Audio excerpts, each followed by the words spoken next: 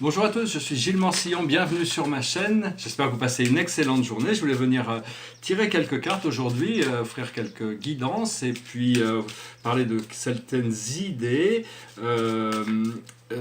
Peut-être offrir une petite blague après pour se décontracter et puis chanter une chanson. Donc je vais utiliser le tarot des anges. Je pensais utiliser le Dakini, mais le tarot des anges est beaucoup moins contrasté, il est plus facile. Il y a moins de choses à gérer. Il faut toutes sortes de nouvelles énergies qui se présentent aujourd'hui. J'avais décidé aussi faire une vidéo sur la sexualité sacrée, mais ma présence je suis m'a recommandé de ne pas le faire, c'est trop pointu et c'est pas le moment encore, donc voilà, on va attendre pour ça. Aujourd'hui, la situation, c'est l'abondance. On ne peut pas être dans la pénurie et l'abondance. Il faut accepter le fait que c'est jamais la faute de la source si nos flots d'abondance ne sont pas actifs. C'est à nous de réactiver tous les flots d'abondance à l'intérieur de nous, sachant que tout vient de l'infini, vient de notre nature. L'amour, l'argent, toute la vie vient de l'intérieur, est créée par notre nature intérieure, notre présence je suis, et vraiment la source de toute chose, notre vrai moi. Et donc il faut arriver à reconnaître cette présence, reconnaître cet esprit, accepter de s'aligner avec cette présence.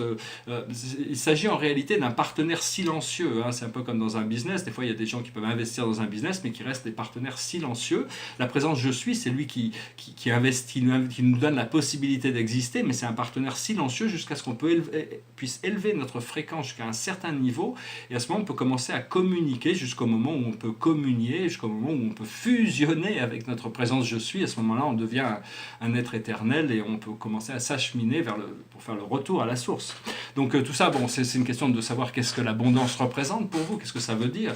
L'abondance, en réalité, en essence, ça pourrait vouloir dire, c'est une possibilité, ça veut dire de pouvoir faire tout ce que l'on veut, quand on le désire, quand on le veut. C'est d'avoir les flots actifs pour pouvoir suivre toutes les voies que l'on choisit de créer et de suivre.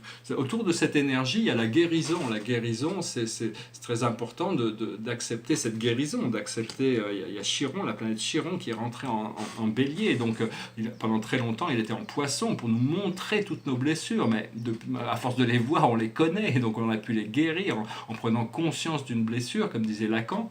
On peut guérir ces blessures en pouvant comprendre les causes des choses, enlever les causes et accepter le fait qu'on soit complet. Donc vous pouvez aussi appeler l'archange Raphaël pour la guérison. Les arcturiens sont aussi très efficaces. Moi, ça m'est arrivé de me trouver dans des endroits où il n'y avait aucune espèce de possibilité de médecine. Je me suis retrouvé dans des situations où je pensais vraiment aussi, j'étais vraiment mal. J'ai tout de suite appelé les arcturiens. Ils ont réussi à stabiliser mon corps et me permettre de pouvoir... Cela dit, si on a vraiment des malaises ou des choses, ça peut venir des transformations, mais il faut quand même essayer de consulter des médecins terrestres. Après ça, on peut choisir la manière de guérir, d'adresser le problème, mais c'est bien d'avoir l'information. Il ne faut pas nier la médecine terrestre pour autant. Donc voilà, il y a toute cette idée de guérison, de savoir qu'on est déjà complet. Ce qui est devant nous, c'est la communication. C'est-à-dire on va pouvoir commencer à communiquer des choses plus largement, des choses plus profondes. La communication, c'est grâce à la communication que la lumière émerge. Ce qu'il y a dans notre subconscient, c'est la libération. On a déjà eu ce sens de la libération. C'est déjà dans le passé, c'est ancré, cette libération. À partir du moment où on se met sur la voie de l'ascension, notre présence je suis, nos guides ne peuvent plus même si on fait un pas en arrière, même si on s'en éloigne pour un moment, on a déjà ancré cette connaissance. On peut pas, une fois qu'on a découvert ce potentiel de lumière, on peut plus jamais se le cacher à notre conscience. C'est ouvert. Donc tout ça, c'est en train de se préparer. Et là, actuellement, notre situation actuelle, c'est la purification. Tous ceux qui cherchent à avancer vers la voie spirituelle doivent commencer à se purifier, à se perfectionner. C'est très important de continuer jusqu'au moment où plus rien ne peut nous arrêter sur notre chemin, jusqu'à l'ascension devienne la seule, que plus aucun obstacle, la volonté soit complètement autodéterminée vers cette ascension. Ce qui arrive dans l'immédiat, c'est le repos. C'est très important de pouvoir se relaxer, de se reposer, apprendre à se reposer. C'est tout aussi important de se reposer que de travailler ou que de s'amuser. C'est trois choses très très essentielles. Il faut arriver à avoir l'équilibre entre ces choses et arriver à trouver la manière de savoir apprendre à se reposer, faire de la méditation si possible, arriver à respirer calmement et profondément. Les forces que l'on a dans cette situation, ce qui nous représente, c'est la réussite. C'est la réussite, on a déjà les clés, on a déjà, ici il joue d'une mandoline, il joue d'une mandoline, donc vraiment il est dans puis il y a tout ce laurier autour, c'est les 3 sphères derrière, les 3 sphères dorées, donc vraiment il y a toute cette réussite. La réussite c'est quelque chose de progressif, hein, mais enfin bon, une fois il faut essayer de développer des certitudes par rapport à ce que l'on veut et de savoir que l'on peut le recevoir. Autour de nous, ce qui se passe, c'est l'équilibre. Il y a un certain équilibre, une justice, une harmonisation des choses. Donc il faut... c'est Ariel, c'est un ange de l'archange Ariel qui nous apporte cet équilibre, hein. Donc il faut travailler avec ces énergies pour toujours essayer de... Quand quelque chose ne va pas, il faut revenir au centre pour rétablir l'équilibre, hein. Toujours respirer 2-3 fois, le temps de retourner à la sérénité. Dans notre émotion interne, on a la confiance. Il faut faire confiance à l'univers, au procédé sacré de la vie. Parce que si on ne fait pas confiance à ce procédé, si on ne connaît pas ce procédé, on peut partir dans des voies qui sortent de la voie de la raison, du bien, et donc il faut avoir confiance, on peut avoir confiance. Moi j'ai choisi cette voie de confiance, qui est une voie qui m'a permis d'avancer énormément, confiance en mes guides, confiance en Dieu, confiance en moi éventuellement, mais bon, pendant très longtemps je dépendais beaucoup de mes guides. Maintenant je recommence à prendre mon propre pouvoir et j'arrive mieux à travailler avec eux aussi, mais enfin bon, ils sont nos guides sont vraiment, appelez-les régulièrement, tous les jours, pour les remercier de ce qu'ils font pour vous, parce qu'ils font aussi beaucoup de choses pour nous dont on n'est pas conscient nécessairement même. Et la clé de tout ça, c'est la justice, donc c'est l'harmonie, c'est la balance. Et on va arriver dans des situations où le monde terrestre va être purifié, va être nettoyé de toutes sortes de vieilles choses, parce qu'ils avaient un peu tué la justice, mais Thémis va revenir, la déesse Thémis, elle va revenir, la justice divine. Quand la justice divine, quand tout est en ordre, il n'y a plus de souffrance, puisque tout est en ordre. C'est toutes ces injustices qui sont temporaires, mais qui peuvent paraître... Donc c'est vraiment important d'être juste, d'être le plus intègre possible par rapport à toutes nos décisions. Et donc là, on s'approche d'une nouvelle lune en Gémeaux, hein, donc on va pouvoir passer par ce renouveau. Toutes les nouvelles lunes sont des renouveaux. Je voulais parler des pulses très brièvement. Le pulse, c'est en réalité, nous sommes notre réalité cosmique en tant qu'être dans ce monde physique, c'est le pulse cardiaque. Il n'y a que ça, nous sommes un pulse. Pom pom, pom pom, pom pom.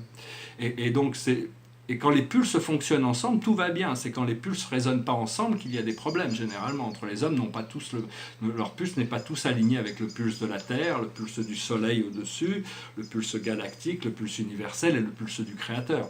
Donc tout ça, il faut arriver à aligner notre pulse, le pulse cardiaque. Le pulse, c'est une fonction qui est qu'on crée depuis la 7e dimension. Et c'est la 7e dimension qui contrôle le pulse cardiaque. Je voulais parler aussi d'un autre pulse, c'est des choses que vous n'entendrez pas à la télévision, peut-être pas encore, peut-être un jour, mais c'est une bonne nouvelle en fin de compte. C'est quelque chose qui toutes les armées du monde sont conscientes de ça, mais bon, ils ont classé ça confidentiel, hein, mais je me permets de vous le dévoiler. Et c'est le pulse dans le golfe du Yémen. Il y a un pulse depuis plusieurs années, un pulse qui sort des profondeurs de l'océan. Alors bon, il y a toutes les armées du monde qui font circuler des bateaux, qui essayent de le désactiver, qui essayent de comprendre pourquoi, d'où ça vient, mais ils n'ont aucune idée. Et en réalité, ce pulse va continuer à continuer dans son momentum jusqu'à ce qu'il atteigne un certain pitch. Et à partir du moment, quand le moment sera venu, hein, le pitch va désactiver toutes les armes à feu du monde.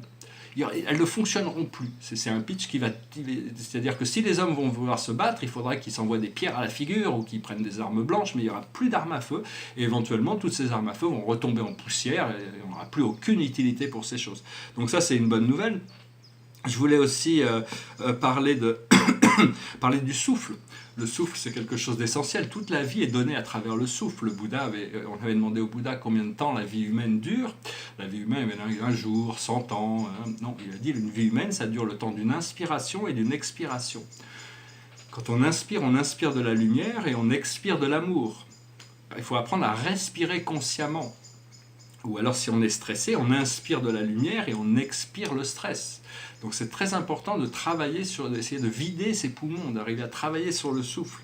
Il y a un enseignant spirituel qui s'appelle Maharaji, maintenant on l'appelle Prem Rawat, moi j'avais reçu son initiation dans les années 80 à Los Angeles, c'est un enseignant spirituel, hein, et Et donc, je suis un prémis, j'ai reçu le knowledge il y a très très longtemps, il y a aussi des techniques de méditation, mais il faisait une conférence et il parlait justement de ça.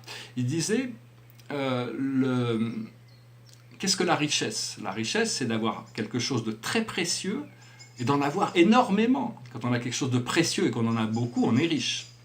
Qu'est-ce que tout le monde a qui est très précieux et on en a beaucoup? C'est la respiration, le souffle. Parce que du premier moment où on vit, où on apparaît sur cette terre dans ce corps physique, la première chose qu'on fait, c'est on respire. Et la dernière chose que l'on fait avant de partir de ce monde, c'est de respirer. On prend notre dernier souffle. Donc c'est important de rester bien concentré sur le souffle, hein. C'est très important de continuer à travailler sur cette respiration consciente en s'alignant sur le champ vertical de la lumière. Arrêtez le pendule de la dualité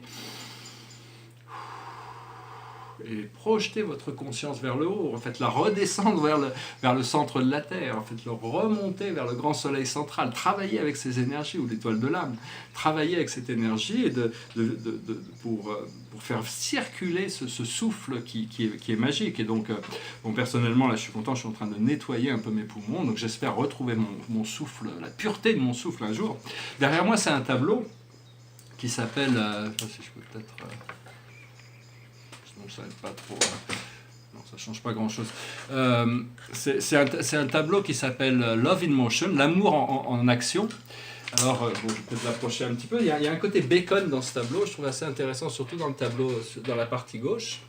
Mais bon, c'est un tableau symbolique. Il y a ce tableau ici, il y a ce personnage violet qui est face à un personnage jaune ici qui avance avec le symbole de la Trinité vers la Terre. Entre les deux, il y a le symbole de la Terre, il est signé ici Gilles Mention 2009, et à côté il y a cette forme un peu baconienne, mais il est assez intéressant, puis il y a ce rapport de forme et de proportion, et vraiment tout est en train de... tout sort, le tableau, c'est vraiment assez explosif, hein, c'est des tableaux assez explosifs.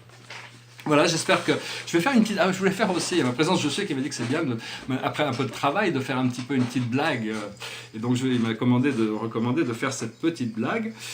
Mais si vous commentez, ne cassez pas le punchline de la blague. Ne racontez pas le punchline dans les commentaires. Ceux qui l'entendent peuvent découvrir la blague au fur et à mesure. Enfin, alors, c'est une blague d'abord, avant de faire cette blague, je voulais dire, c'est que depuis la Grèce antique, on reconnaît qu'il faut traiter les voyageurs et les mendiants avec respect, parce que ce sont des envoyés de Zeus, hein, donc il faut traiter les gens avec respect. Et donc c'est une petite blague, c'est un Roumain qui arrive à Paris et il débarque chez son cousin qui a un très bel appartement, qui vit très bien, et puis il lui dit mais comment tu fais pour vivre aussi bien? Il dit moi je suis mendiant, ça va très bien, on gagne très très bien notre vie ici, c'est parfait, tu vas voir, tu vas refaire ça demain, tu vas voir, on gagne très bien notre vie. Il s'endort, le lendemain il va travailler, et tu te mets sur le coin là, moi je vais me mettre là-bas, et puis à la fin de l'après-midi on se retrouve. Et en fin d'après-midi, il se retrouve, et puis le jeune qui arrive, il a une poignée de petites pièces. Alors, puis voilà, moi j'ai gagné 8 €. Puis son cousin lui dit, l'autre il arrive avec une liasse de billets de 10 €. Et il dit, non mais comment tu fais? Pourquoi? Regarde, moi ça va pas, il y a quelque chose, qu'est-ce que tu fais? Qu'est-ce que tu as marqué sur ton carton? J'ai marqué, j'ai faim, j'ai pas d'abri, aidez-moi s'il vous plaît. Non, c'est pas ça qu'il faut marquer, regarde le mien. Il faut marquer, je n'ai besoin que de 10 € pour rentrer dans mon pays. Aidez-moi s'il vous plaît. Bon, j'espère que c'est juste une petite blague, hein, j'espère que vous la trouverez amusante. Bon, maintenant je vais faire une petite chanson aussi, c'est une chanson, finir en musique, c'est une vieille chanson qui est une chanson philosophico-politique. It goes like this. Moi je traîne dans le désert depuis plus de 28 jours et déjà quelques mirages me disent de faire demi-tour. La fée des neiges me suit tapant sur son tambour. Les fantômes du syndicat des marchands de certitude se sont glissés jusqu'à ma dune, reprochant mon attitude.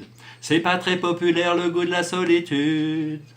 Quand t'es dans le désert depuis trop longtemps, tu te demandes à qui ça sert, toutes les règles un peu truquées du jeu qu'on veut te faire jouer, les yeux bandés. Tous les rapaces du pouvoir menés par un clown sinistre plongent vers moi sur la musique d'un piètre accordéoniste. Je crois pas qu'ils viennent me parler des joies de la vie d'artiste.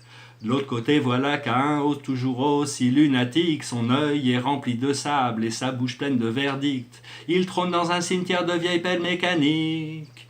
Quand t'es dans le désert depuis trop longtemps, Tu demandes à qui ça sert, toutes les règles un peu truquées du jeu qu'on veut te faire jouer les yeux bandés. Les gens disent que les poètes finissent tous trafiquants d'armes. On est 50 millions de poètes, c'est ça qui doit faire notre charme. Sur une lune de Saturne, mon perroquet sonne l'alarme. C'est drôle mais tout le monde s'en fout. Vendredi tombant de nulle part, y a Robinson solitaire qui m'a dit je trouve plus mon île. Vous n'auriez pas vu la mer. Va falloir que je lui parle du thermonucléaire. Quand t'es dans le désert, depuis trop longtemps, tu demandes à qui ça sert, toutes les règles un peu truquées du jeu qu'on veut te faire jouer les yeux bandés.